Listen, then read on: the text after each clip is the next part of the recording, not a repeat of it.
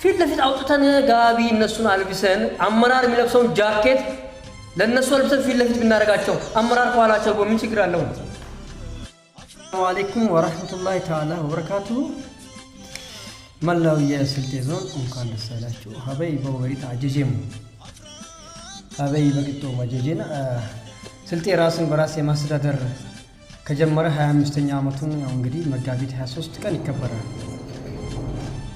ለዚህኛው ድል ደግሞ ራስን በራስ ለማስተዳደር ያበቁት ጀግና አባቶቻችን ህገ መንግስታዊ ስርዓትን ተከትለው በተለያየ አይነት ትግል በጋራ አንድነት ከፍተኛ መስዋዕትነት ከፍለው ራስን በራስ ማስተዳደር አስወስነው ይሄው 25ኛ ዓመቱ ነው።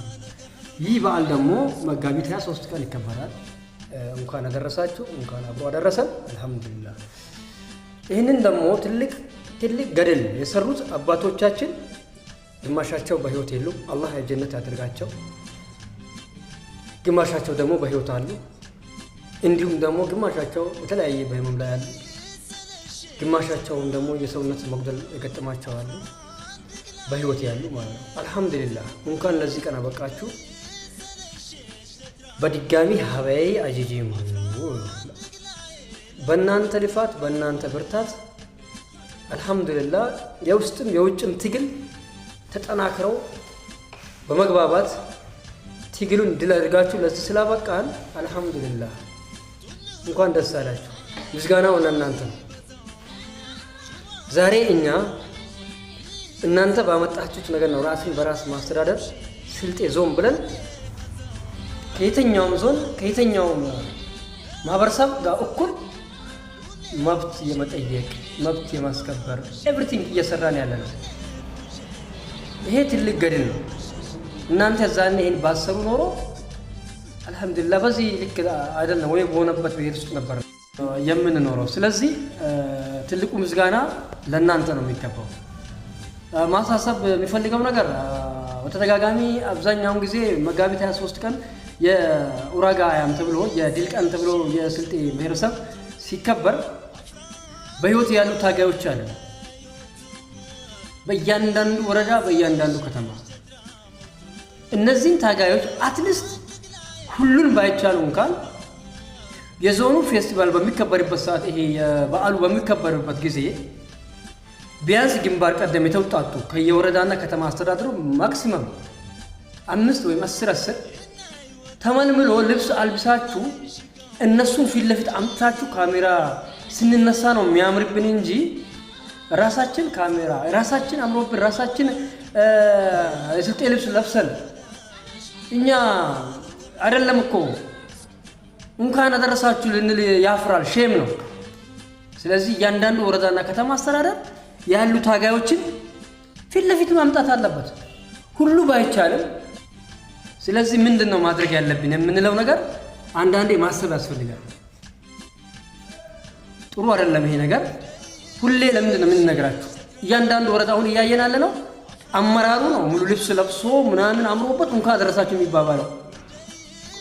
አባቶች ቢያንስ 4-5 የታገሉ የሚታወቁ አባቶች አሉ። እነሱን ለምንድነው ፊት ለፊት አልብሶምተን በእያንዳንዱ ወረዳና ከተማ እንኳን አደረሳችሁ፣ ቤት ላላችሁም እንኳን አደረሳችሁ።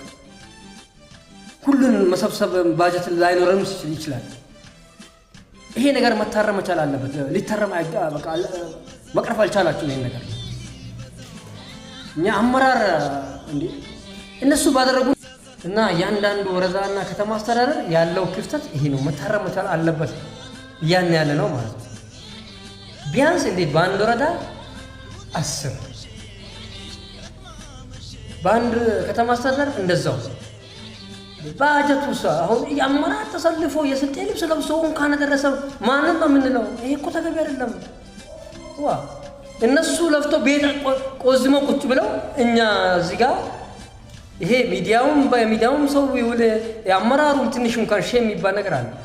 እውቅና እንኳን በዚህ ቀን እውቅና ቢሰጥ ደስ ይላል። በቃ ይሄ መደረግ መቻል አለበት። ይሄ መታረም መቻል አለበት ነገር ነው። ባካችሁ በቃ ሁሌ በሆይታ ሁሌ በማስመሰል መኖር ተገቢ አይደለም። ለምን እንዴ? ይሄ እኮ ክብር ነው። በቃ ክብር ነው እኮ ይሄ። በቃ ይሄ እኮ የራሳችንን ትልቅነት የሚያሳይ ተግባር ነው። አመራር ማይክ ይዞ የስልጤን ልብስ ለብሶ ራሱን አሳምሮ እንኳን አደረሳችሁ ማን ነው የሚለው? አይደለም። ይሄ መታረም ይችላል። እንኳን አደረሰን፣ እንኳን በዚህ ቀን በቃችሁ፣ እንኳን በህይወት አኑሮ ይሄንን የድል ቀናችሁ አሳያችሁ፣ ለሞቱት ደግሞ አላህ ጀነት ያድርጋችሁ ብላችሁ በዚህ ልክ ብናደርግ የተሻለ ነው። እውቅናም ብንሰጣት በዚህ ቀን ለተለያየ ባለሙያ ምናምን እውቅና ምን ጂኒ ምንድን ነው ይሄ አይሰራም። እንደዚህ ነገር በቃ ለነሱ እውቅና ይሄን ማድረግ ካቀተን ምኑን ነው እየኖርን ያለ ነው? ምኑን ነው እንኳን አደረሰን እያልን ያለ ነው? ስለዚህ ሁላችንም ወደ ቀልባችን ተመልሰን እስቲ ቢያንስ አመራር ባይሄድ እንኳን ይሄድ እስቲ በስልጤ አባቶቻችን ይላቋቸው በዛ ቀን ተገናኝተው ከተለያየ ወረዳ እርስ በራሳቸው ተዘያይረው በዚህ ቀን እርስ በራሳቸው ተገናኝተው በብሔር መጋቢት 23 ቀን ድል ያደረጉበትን ቀን ከተለያየ ወረዳና ከተማ አስተዳደር ዞን ላይ ሲከበር ተገናኝተው አልহামዱሊላህ ብለው እርስ በራሳቸው ካልተዘያየሩ ታጋዮች በህይወት ያሉ ታጋዮች ካልተዘያየሩ ካልተጨባበጡ ትውስታቸውን ካላሰቡት የበለጠ አንድነታችንን የሚያጠነክረው እንደዚህ ስንሆን ታዲያ እና አመራር ነው አመራር ባለሙያ ምናምን ተገናኝተው እንደዛ ጋር ምን ነው ፎቶ ተነስቶ ምናምን ግርግር የምትፈጥሩበት? ይሄን አቁሙት በአላህ። የሚያምረው እኮ እነዚህ ናቸው። ከተለያየ ወረዳ የታገሉ ሰዎች በቃ ሁሉ ባይቻልም ብያቸዋለሁ። ሁሉን ይሰብሰቡ ወይ ማለት አይደለም። ባጀት ላይ ሊሆን ይችላል፣ ምን ላይ ሊሆን ይችላል። ቢያንስ ግንባር ቀደም በየወረዳው ይኖራሉ ተቃቅፈው ምናምን በቃ ከየወረዳው የሚመጣው ይሄ ነበር። የሚያምርብን ይሄ ነው ለማለት የፈለኩት። በዚህ ልክ መስተካከል አለበት። ሁሌ የምነግረው ነገር ነው። በድጋሚ ሁላችንም እንኳን አደረሳችሁ። መጋቢት 23 ቀን ትልቁ የስልጤ ብሔረሰብ ድል ያደረገበት ቀን ነው እና በድጋሚ እንኳን አደረሳችሁ። ሀበይ በወገሪ ተጀጀሙ። ሰላም አለይኩም ወራህመቱላሂ ወበረካቱ።